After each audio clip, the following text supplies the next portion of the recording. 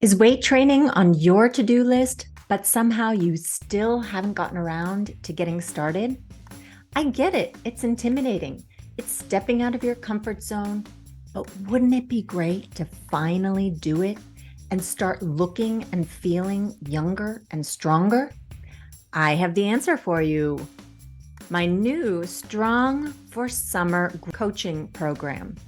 I've got 6 spaces in this unique 8-week weight training Kickstarter where I'm going to be helping you get started weight training either at home or the weight room, your choice, so you can get stronger in time for summer.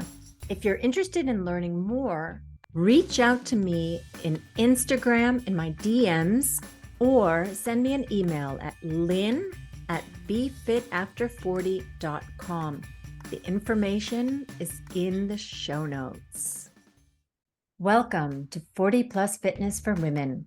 I'm Lynn, your host, and I help women in their 40s and 50s to look and feel amazing and prepare their bodies for the decades ahead. Hello. So on this episode, I really wanted to talk about these misconceptions because I run into it all the time. So as some of you may know, I belong to a gym and I've been going there for, well, over 10 years. So I'm actually like a platinum member nowadays because I've been there so long. And when I first started going, I was really going to group fitness classes. So I've gotten to know a lot of women through group fitness classes. I mean, it's fun, you end up going to the same classes week after week and, probably standing in the same place. I know I am somebody who, for my weekly dance class, I want to be just in the front row, a little bit left of center so that I have an easy time following the instructor's choreography. So I show up about half an hour early. So I'm the first one at the door to make sure I get my favorite spot. And when you're hanging out like that, you get to know people. And one of the interesting things now, talking to people now that I have learned so much about what goes on with our bodies in midlife and about what are the best, methods fitness wise, is I'm hearing women say to me the same fitness myths that I believed for so many years. And so I wanted to have this podcast to kind of go through them and hopefully educate some people, or at least get you to start questioning, where did you hear that and what whether they're actually true. So let's just start with like a little question for all of you, which is that if you hear somebody utter, or if you think to yourself, hey, I really need to get in shape, or I want to get in shape, like, what is the first thing that you think is like the action that you would do in order to get in shape? Think about that for a second. So I think a lot of us will say something like, oh, I'll take up jogging or start going to group fitness classes or maybe spinning classes. I mean, it's funny how ingrained this idea is in our heads. I had this discussion with my boyfriend a few weeks back. He is not an exerciser. And now he's in midlife and noticing that, he has not changed his eating habits. And so he is immediately like, oh, I need to start exercising again. I'm going to start jogging. And I'm like, okay, you are dating somebody who talks about weight training and the importance of weight training like 24/7. And even you are still thinking that, cardio is going to be the answer to the extra kilos you put on. So it is really deeply ingrained in us. So of course, it is going to take you hearing this many times to start thinking any differently. And I didn't start thinking very differently until I ran smack face first into the fact that those techniques were not working for me anymore, right? I was doing the pump classes. I was doing all of the cardio classes, spinning, dancing, all the things. And then my once lean and toned body all of a sudden wasn't lean and toned anymore. And I had to figure out what the heck was going on. But so I want to ask, like, so what is your goal when you're thinking about fitness?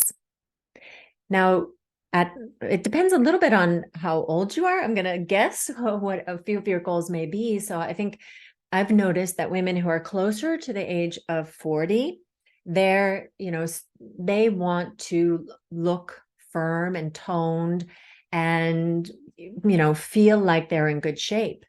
And then as you get closer to 60, like women who are aware that they're going through menopause and they start to get interested in the topic, they are also noticing actual like reduction in their strength. And then they're thinking more about, hey, I should start maybe weight training because I need to do something with my muscles. But even those who recognize that they should be doing something about their muscles, or they think they're doing something about their muscles, and actually the things that they're doing are not very effective for that. So that's really what I want to get into today. So here's the thing, is that we can't help getting older, but we don't have to get old. And really the fountain of youth, the key to feeling and looking younger is going to be around making sure you're maintaining your muscles and your strength. And there is actually a science around building and maintaining muscle and strength and power. It's not rocket science. But the problem is that too few women in middle age actually know anything about this because we haven't really been interested in building muscle. I think maybe our daughters are going to have a different experience because now there's this big wave, around the 20 somethings and younger, that they're interested in getting a big booty and legs and those kinds of things. So they are probably going to be a different type of midlife women than we are. But for us, it's been a lot around being thin and being our smallest self and these kinds of things. So we are not very familiar with what muscles actually need in order to grow. And that's what I'm hoping to help with. So the first myth I want to talk about is that in order to have an effective workout, you need to have a high heart rate and you need to sweat a lot. And I see this coming out. For example, I was talking to a woman in my dance class the other week, which is a cardio class and no weights there at all. And nobody thinks that they're like building muscle there. It's a cardio class. And as we were walking back to the locker room after the class, she said, oh, I haven't seen you in the class very much. And I said, oh yeah, I've been, really working on taking care of my muscles. I've been going to the gym. And she said, oh yeah, I've been, going to kettlebell class because, that's really tough. And the way she said the tough was she was indicating that, yeah, she gets really sweaty and it's really hard and she feels, really like she's done something afterwards. And that's something that it's really, really hard to let go of. The idea that you need to feel like you've been run over by a truck, like you've climbed to the top of Mount Everest or done something really, really hard in order for the workout to be effective. That's one kind of workout. So if you want to do, like, I think it is a really good idea to be doing high intensity cardio, but not every day. If in my ideal world, if I had enough time to work out as much as I would want, so I could incorporate make the perfect life, I would have high intensity where I'm hitting my maximum heart rate. I would do that once a week. That's it. And now I do it once every 2 weeks.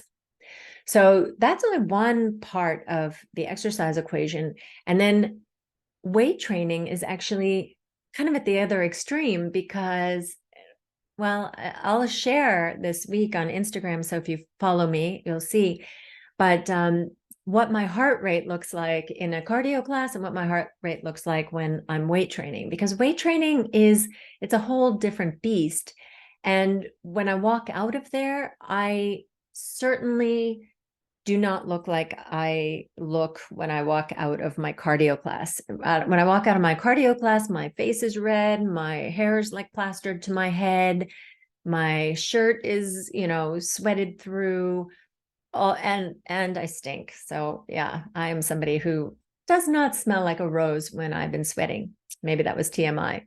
But in any case, when I run into women in the locker room after I've come from the weight room, like they really could not tell if I'm coming or going, right? Because my hair still looks fine. Okay, it might be a little bit messy if I've been like leaning against some machine. My ponytail may be a little out of whack, but I'm not sweaty. My clothes look the same. I don't smell. Usually I can take a quick rinse and I'm ready to go on to do whatever I need to do.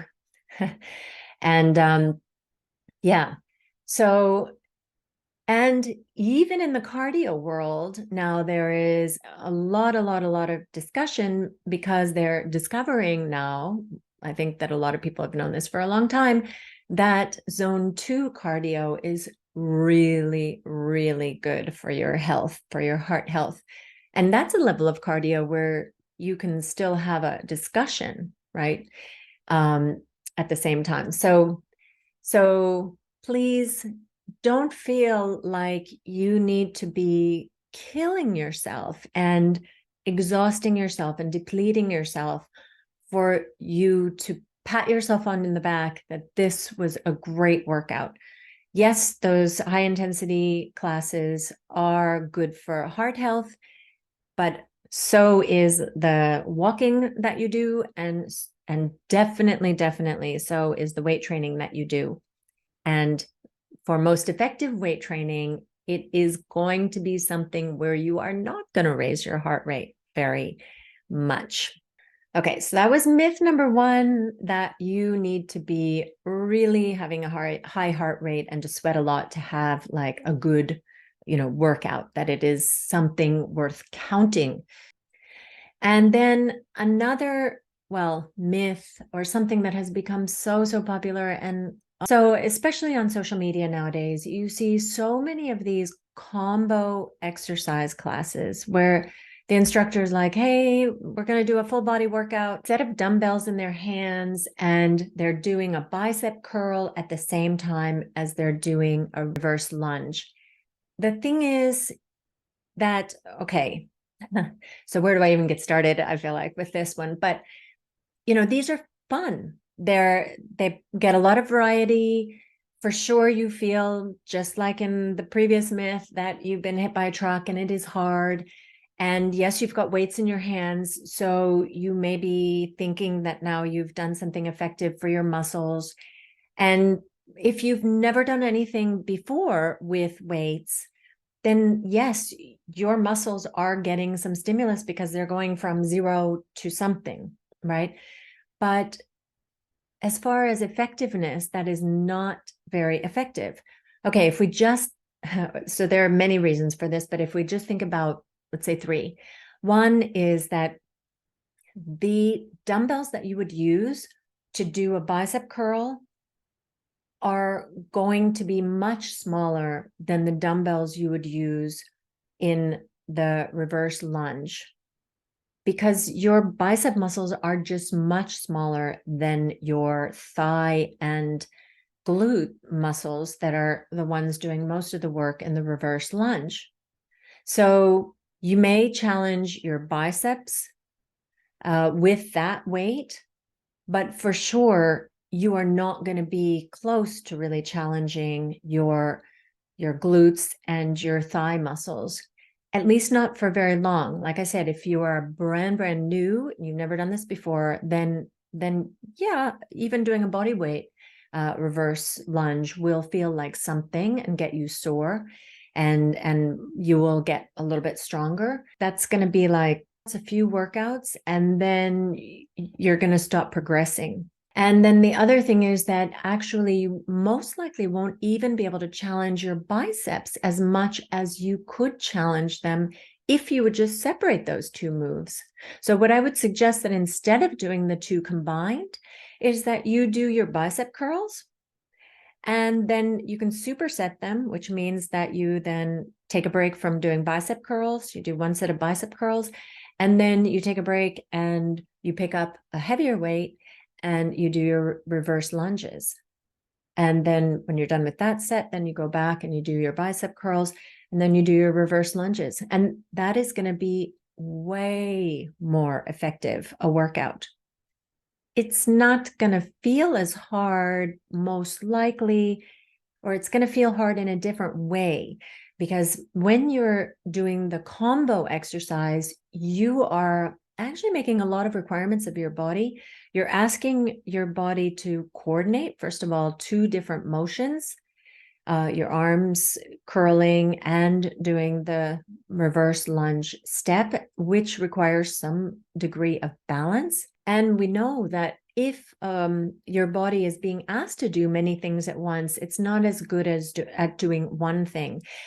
In fact, just the fact that you're trying to keep your balance at the same time as you're doing an exercise, your body is thinking about, hey, I don't want to fall, because its primary job is to keep you safe, and falling is not safe.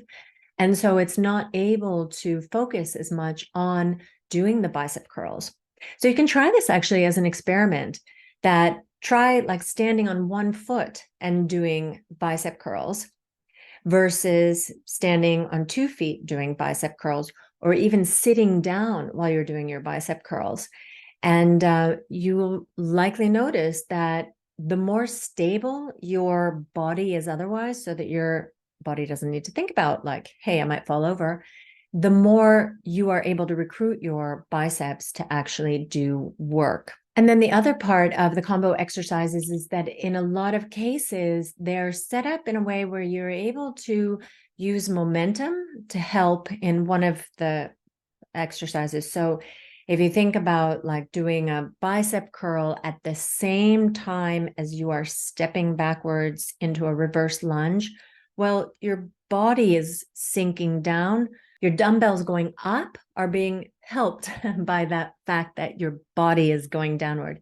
It's like trying to do a bicep curl in an elevator when your elevator is going down. It's going to be lighter. If you've studied physics, you've probably done some experiments or some calculations with that. In summary, if you want to work your muscles effectively, skip the combo exercises and rather separate out doing, for example, the bicep curls and the reverse lunges.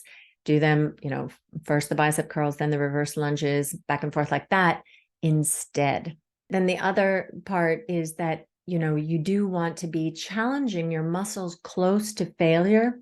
And in these combo exercises, it's harder to track whether you are actually doing that. So maybe that was enough on the combo exercises. You can tell I am not a big fan.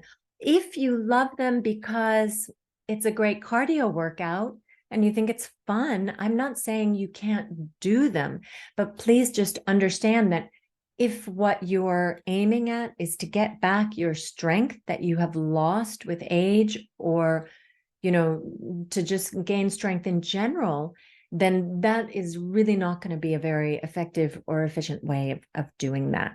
Yeah, and actually kind of related to that is pump classes at the gym.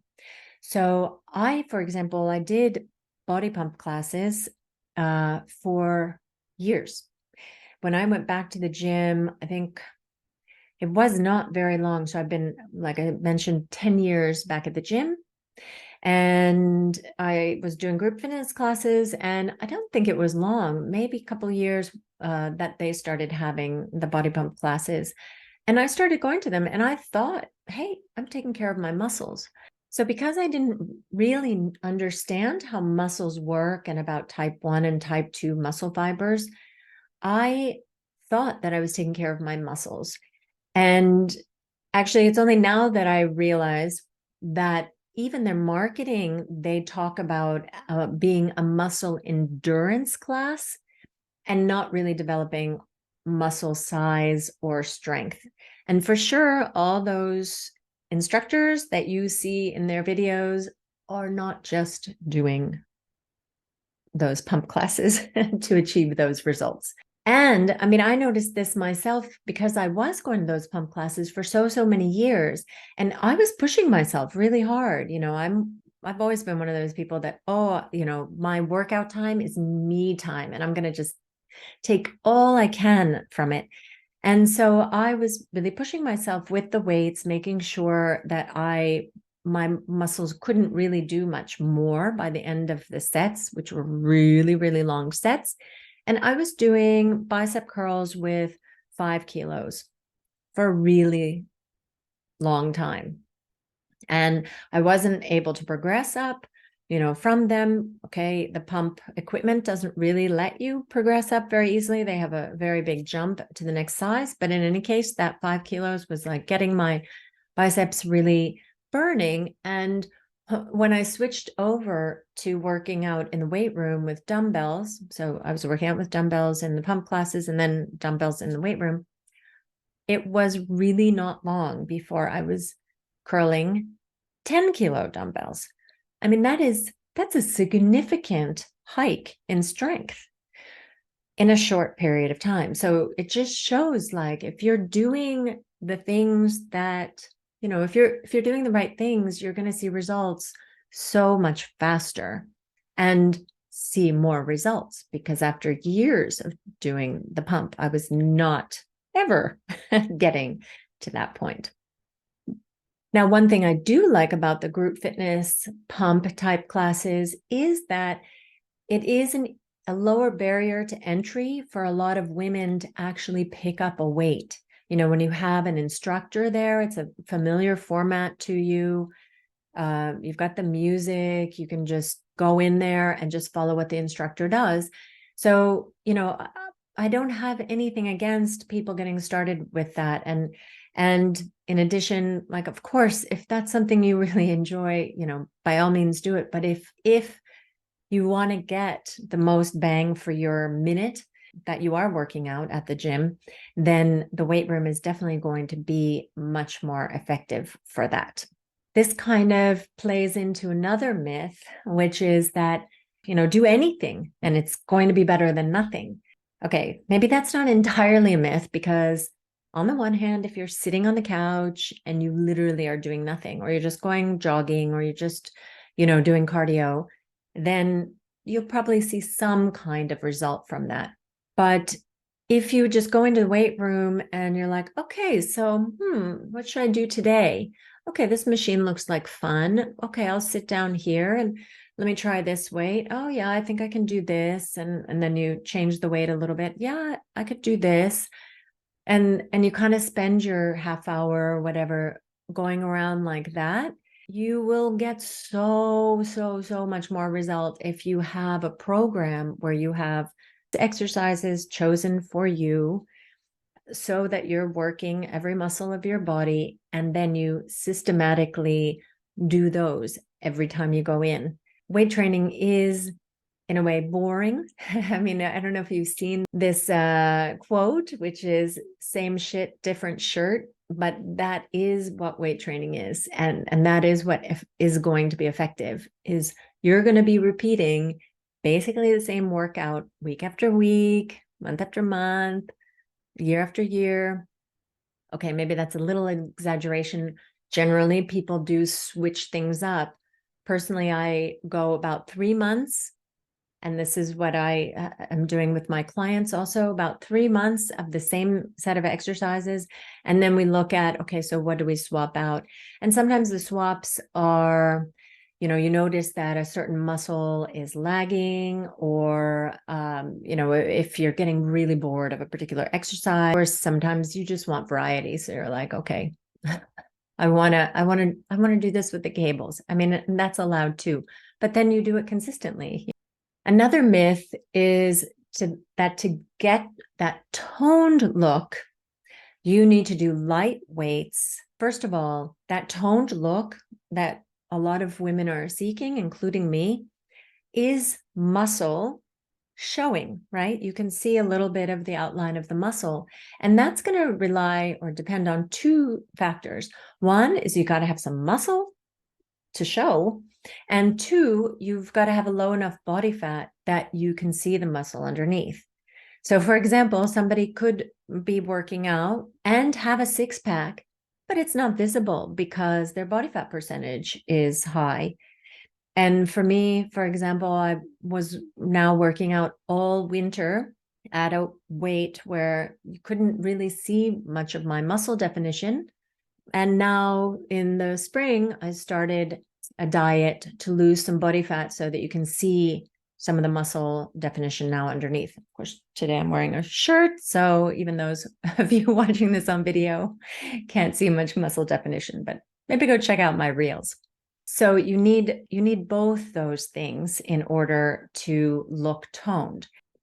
Okay, so those were the myths that we covered. So there was the myth that in order to be an effective workout, you need to have a high heart rate and sweat a lot and feel like you've been run over by a truck by the end of it.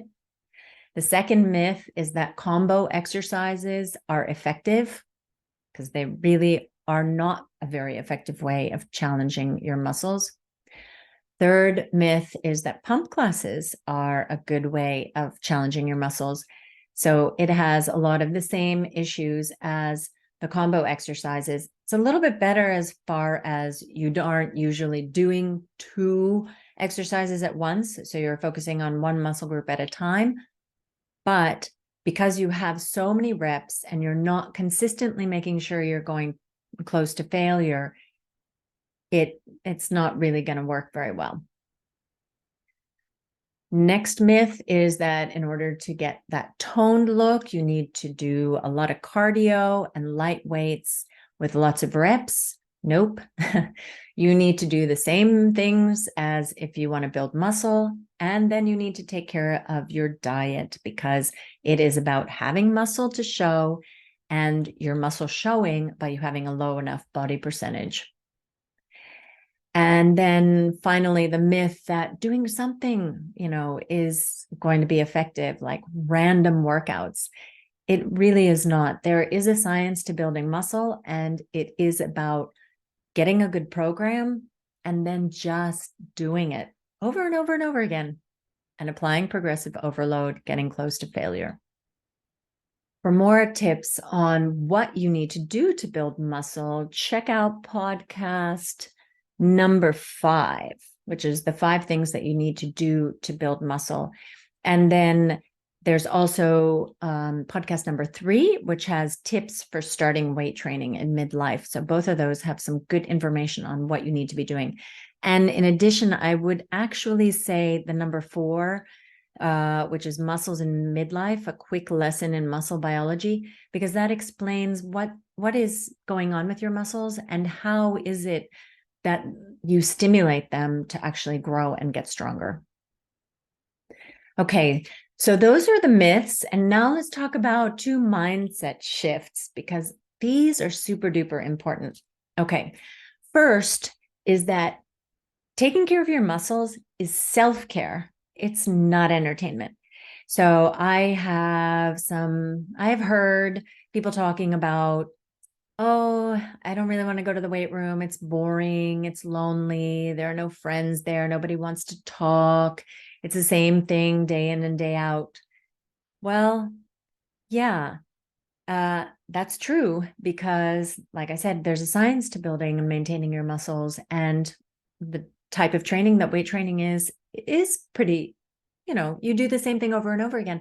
But I don't know. I think most people who actually try it and try it long enough that they start to see some results, they actually get kind of hooked, and they feel like it's kind of zen to go into the weight room and you know what you're going to do, and you just kind of get to it, and you have your music, or I guess some people listen to podcasts when they're training. I listen to music, but in any case, and you could think about your cardio as your entertainment. So vary up your cardio. Do tennis one day, walking another day, spinning another day. There are so many varieties of cardio. And then just do the weight training, the program that you follow week after week, month after month, year after year. And, think of it more like an investment in your future. So the same way that you're probably putting money away for your retirement, think of the hours that you spend weight training as, an investment in your body being there so that when you're retired, you can do the things you want to do when you're retired, right? Otherwise, really, you are losing muscle mass and strength as you age. So it's akin to putting money in like just a regular bank account and expecting that there's going to be something there when you retire, when we all know that with the rate of inflation, that money is just losing value all the time. So you need to put it to work, same way you need to put your muscles to work in order for them to be there to help you later in life. And you can also think about it like brushing your teeth, right? For a long time, people weren't in the habit of brushing their teeth. And I don't know if you remember, but there used to be a lot of ads around, hey, if you want to have your own chompers, when you retire and not have dentures, then start brushing your teeth. And I guess I'm saying kind of the same thing, that if you want your body to work and you don't want to have all these aids and be dependent on other people to help you, then take care of your muscles. Think of it like brushing your teeth, just something you got to do, and just do it, right? And the third way you could think about it, so here's these suggestions so that, maybe one of them appeals to you. The third way to think about it is as a way to keep your body youthful, the same way as you do things for your face. Most likely you are taking care of the skin on your face. You're using sunscreen, you're applying retinols, you might even be using Botox, all those things so that your face is younger than it would be otherwise. Well, weight training will do the same thing for your body, so that the way your body feels, the way you move, the way you carry yourself, the things you're able to do, they are going to be significantly better than if you hadn't taken care of your muscles as you age. And then the second mindset shift, which I already mentioned earlier, but I think it is so worth mentioning again, is that weight training is a real workout, even if it's calmer paced, even if you're taking breaks between your set, even if your sports watch tells you that, oh, you're detraining, or wow, you're training so much less than usual. These are all things that my sports watch told me when I started weight training. It really is a form of exercise and a workout that you can totally pat yourself on the back for doing each time you do it, regardless of the fact that you don't feel like you've been hit by a truck when you're finished. Okay, well, that really turned into a long one this time. Was not my intention, but I do want to say that if you are ready to get started and you want help, then please reach out to me. I still have space in my Strong for Summer program. I just onboarded one of the newest students yesterday, and it was wonderful. We discussed her goals. We went over what kind of equipment she has. She showed me her home weight room. And then I've designed a program just for her that she can use the equipment that she has, and she's been able to get started. So yay for her. And I'm excited to work with her for the next 8 weeks. So if you want to work with me, then give me a shout. You can learn more about the program at www.befitafter4040.com. And yeah, otherwise, I will talk to you next time. Happy training. Thank you so much for listening to this episode of 40 Plus Fitness for Women. If you're enjoying the podcast and want to show your appreciation, please hit the subscribe button. That helps me to reach more listeners because it signals to the podcast algorithm gods that this is a good show. Talk to you next week.